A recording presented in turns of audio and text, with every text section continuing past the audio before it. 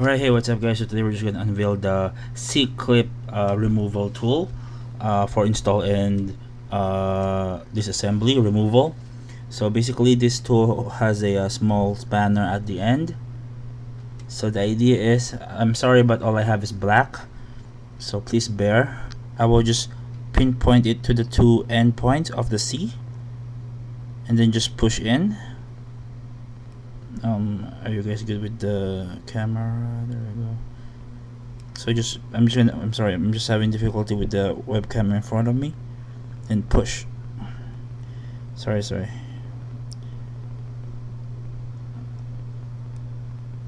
There you go. See? So now you can remove it. Now if you want to push it back in, actually you can already use any tool, but this side with the flat end, or you can use actually any side, or this, I made this one so that it will not get lost. You just insert it and then it locks in place. So yeah, this is a quick C-clip removal tool, removal and installation. Again, the installation is for everybody, but basically I made this for a quick removal of the C-clip for small motors. I'm not for big motors, the same concept will work, but we will need a bigger design.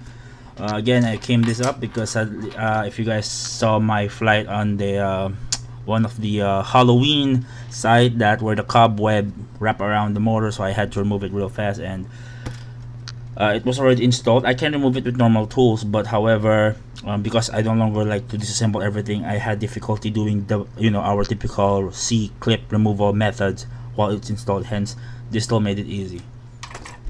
Ta-da! The C-clip removal tool, so simple and yet so useful for me.